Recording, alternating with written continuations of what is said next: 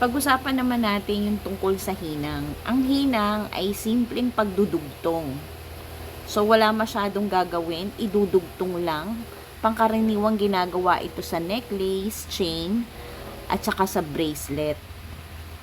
So, syempre kapag hininangan, dadaan siya sa apoy. Kaya, magkakaroon ng ibang kulay. Kapag mga chain lang na maliliit, hindi naman yun obvious. So, hindi kailangan tubugin. Ang nire-recommend lang ng tubog kapag halimbawa malalaki na, kagaya ng bangle. Pero importante pa rin na ma-note na ma-inform yung customer about sa pagbabago ng kulay, lalo na kung magiging obvious to ito pagkatapos. So, sa paghihinang, ang jewelries ay gumagamit ng 18 karat gold solder. So, gold talaga yung ginagamit natin dahil may mga ibang gawaan ng alahas, gumagamit sila ng tingga or hindi gold.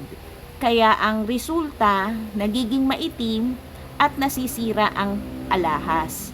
Ano ba ang kahalagahan? Bakit 18 karat gold ang ginagamit natin? Kasi gusto natin na mapangalagaan yung quality ng alahas.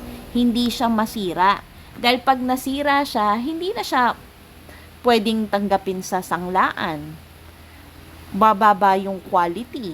Or pwedeng maging solusyon is putulin yung parteng umitim. So, sa mga silver naman na pinahihinangan or pinadudugtungan, ang ginagamit natin ay premium na silver solder. So, hindi rin tayo gumagamit ng mababang uri.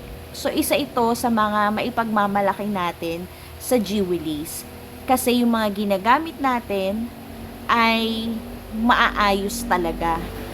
At yun ang naman ang gusto natin, maging trusted tayo.